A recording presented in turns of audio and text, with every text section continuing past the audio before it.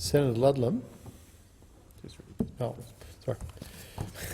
The committee is considering the Copyright Amendment Online Infringement Bill 2015.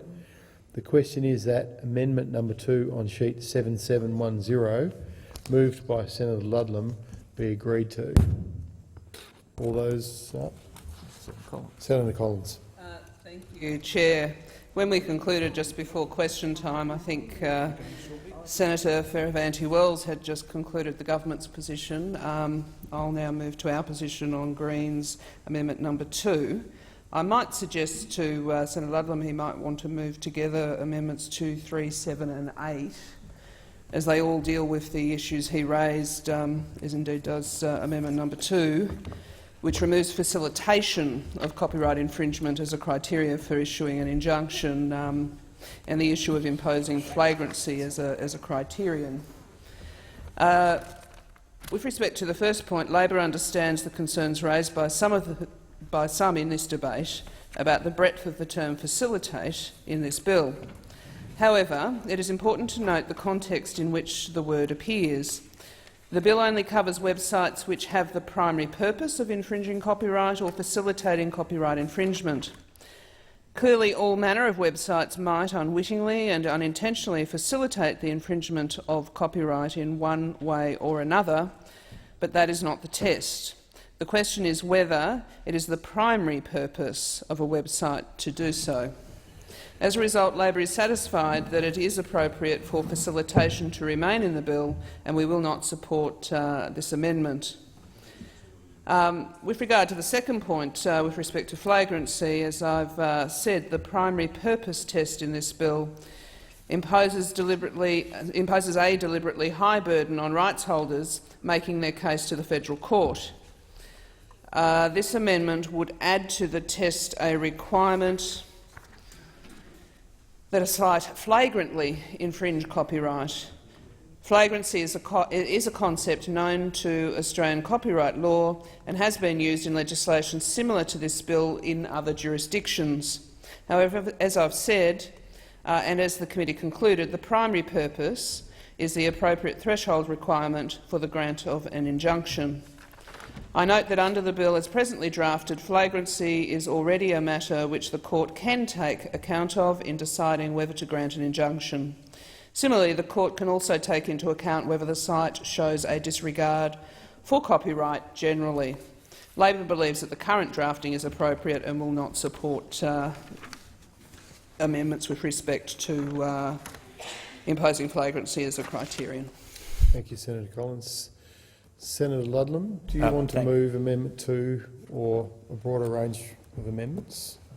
No. I'll speak, if I made my reasons for not doing that. I understand the point that you raised, Senator Collins, and I'll take it as read if you like, that that's the position of the opposition for that series of amendments. The reason I'm moving them separately, this amendment deals specifically with flagrancy, and we'll get to my strong concerns with how wide the term facilitates is in a moment, but I'll just move through these one at a time. Noting the comments both from the government side and from the opposition side, I'm not going to detain us too long before putting the amendment. I just want to very briefly, it might sound a little bit technical, and I don't believe by any means that the concerns that I'm putting on the record here have been met by the comments either of the opposition leader here this afternoon or the government. And I'll quote briefly from the Australian Digital Alliance submission to the bill, because it goes to the direction and the target of this amendment. The way that they put it is in their submission to the Senate inquiry is thus: the most preferable outcome would be to consider flagrancy as part of the scope for the online locations that can be blocked under the injunctive process, i.e. a precondition for eligibility for site blocking injunction, not merely one of the factors to be assessed in determining whether to make an order. Close brackets. The flagrancy of the infringement is frequently referred to in the explanatory memorandum. It's a strong safeguard to ensure that injunctions are used against the most blatantly infringing sites, etc., without catching infringing services. And that is why we have targeted the amendment in the way that we have, to effectively raise the threshold or raise the bar, to make sure that in order for a court to issue one of these injunctions on application by a rights holder, the sites must be flagrantly infringing copyright, and I don't think that is unreasonable, and I think it's a great shame that evidently this deal has been done outside this chamber and that nobody from the major parties is inclined to consider this amendment. Nonetheless, I commend it to the chamber.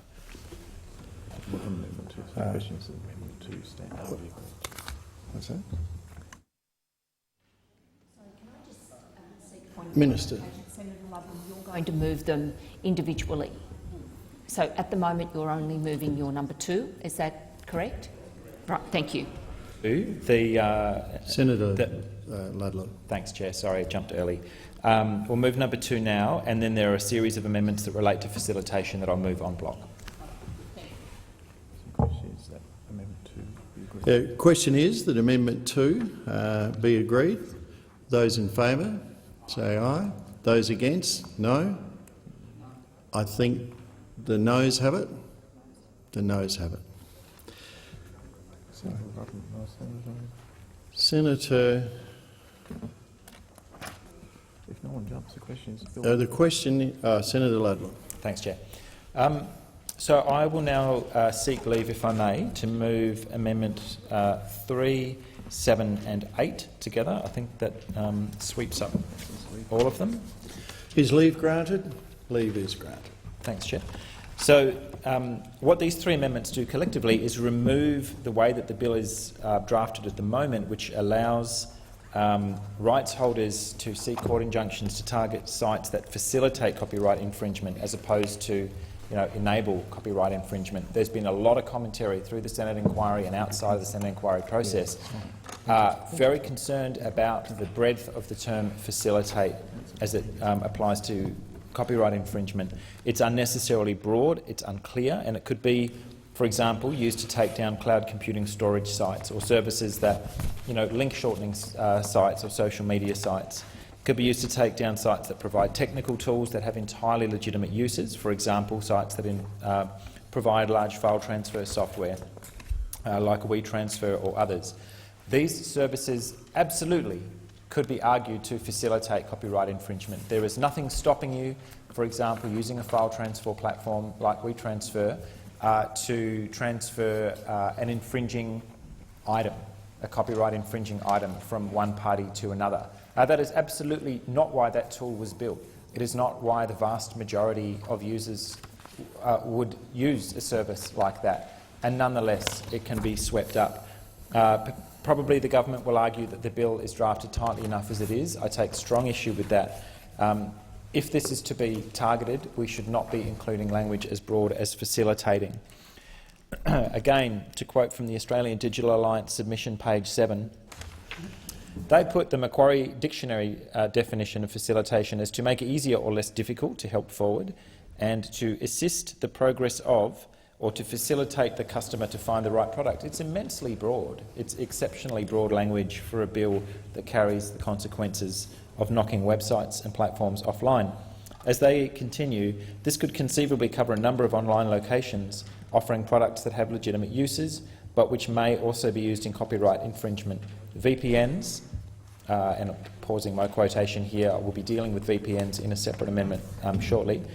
VPNs goes on the ADA, cloud storage providers, providers of BitTorrent or internet relay chat software, browser plugins or conversion tools may all be covered, as may blogs or subreddits discussing techniques or sites that may be used to infringe.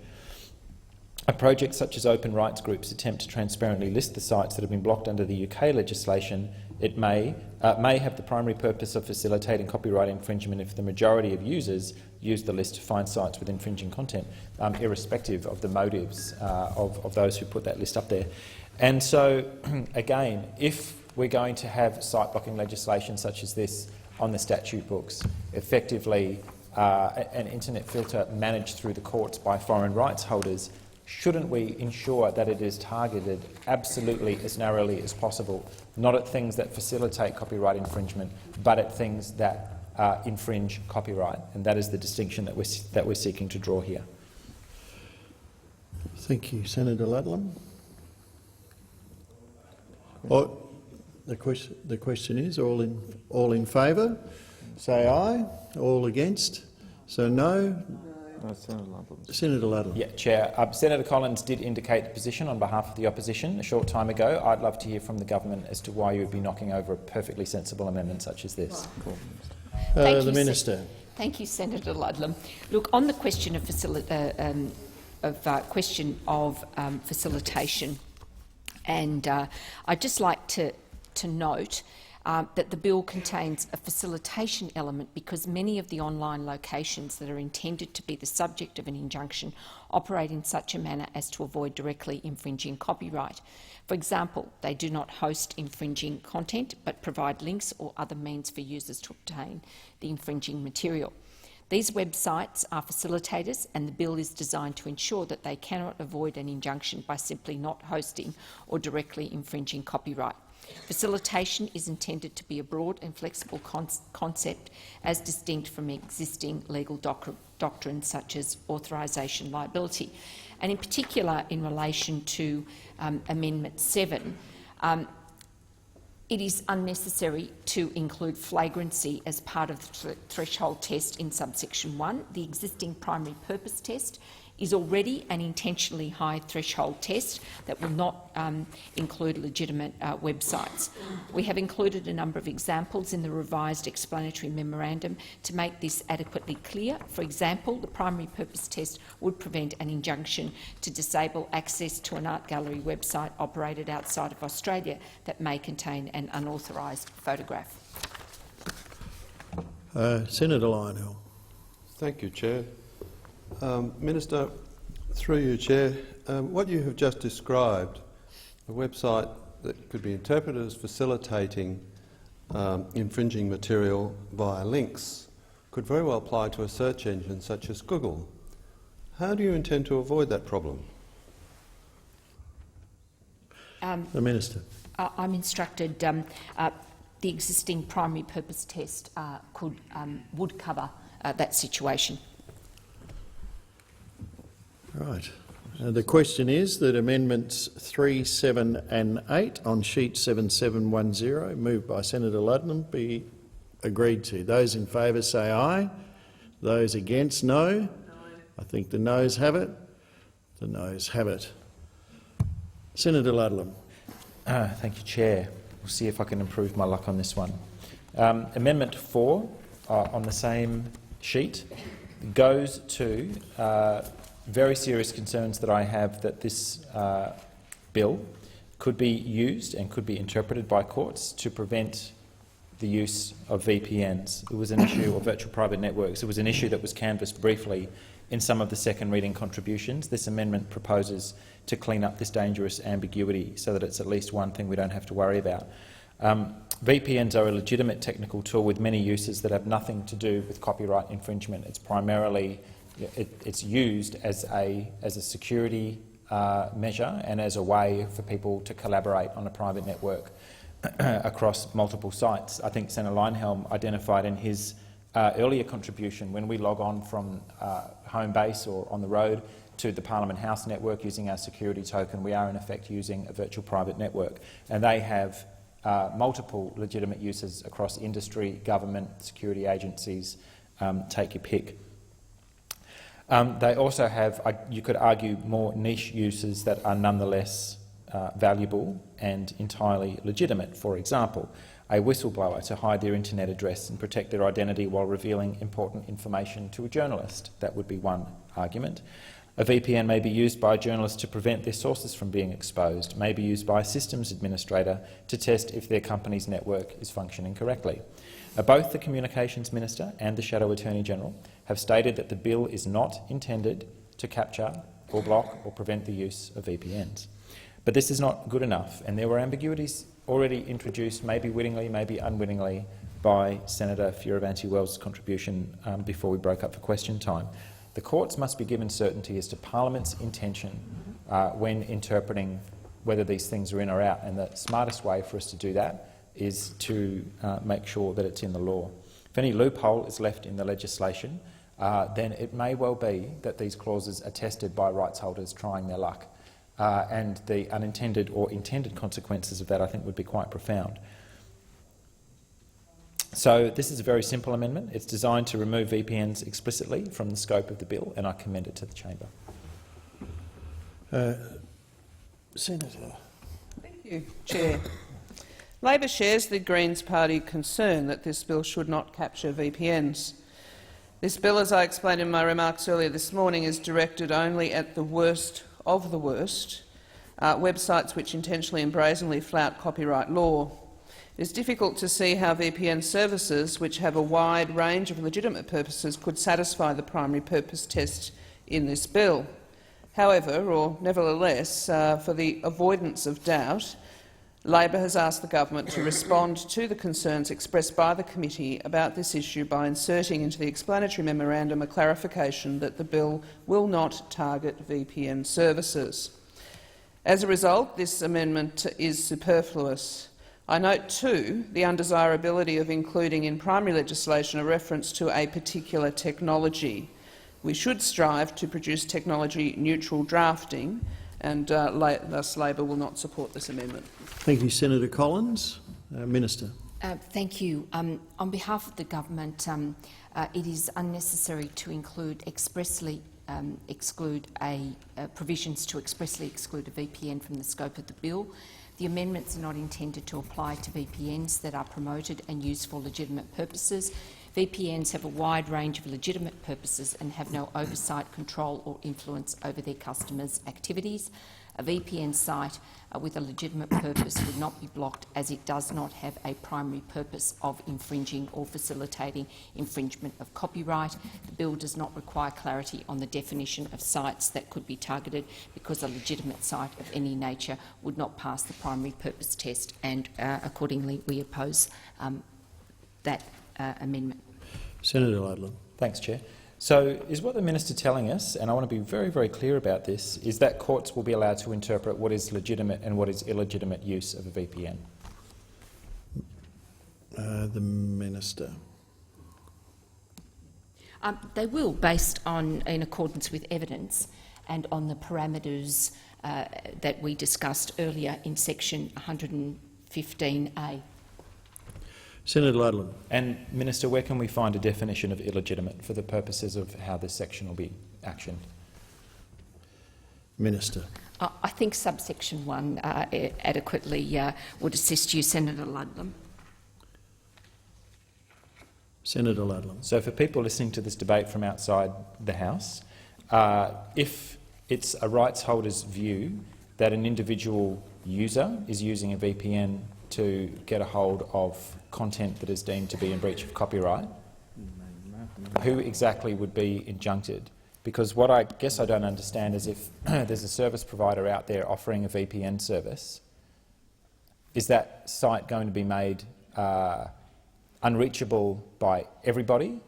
Would you expect that a court would knock over use of that service for the entire Australian population if one user is using it for illegitimate purposes? I genuinely don't understand how you're proposing to make this work.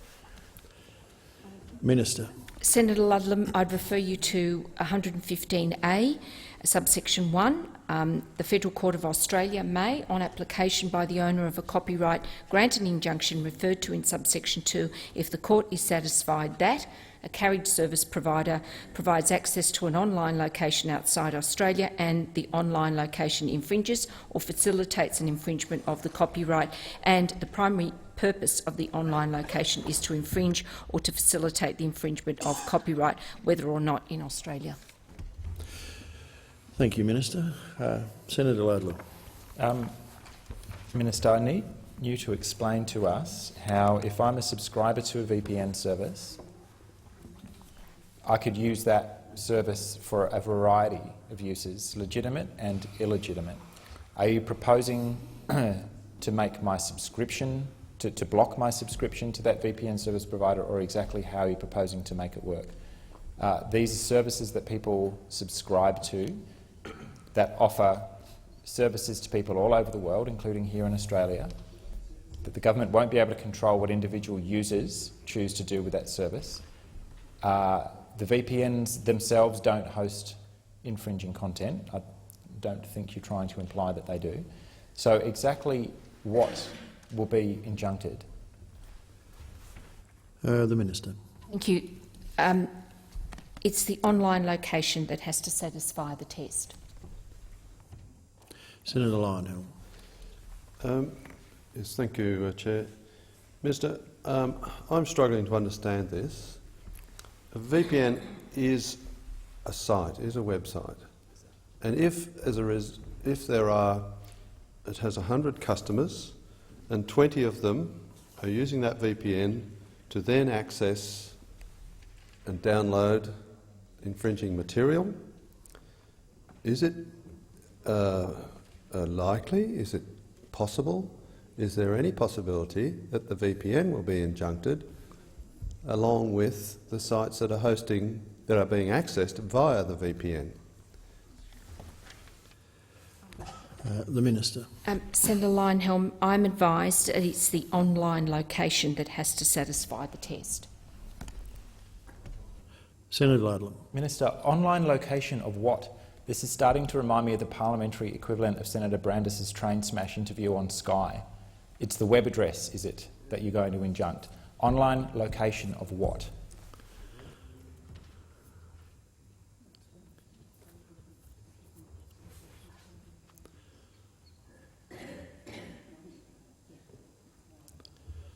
My instruction. The Minister. I'm advised that it's an online location that infringes the three provisions that I referred to earlier, and that is section 115A,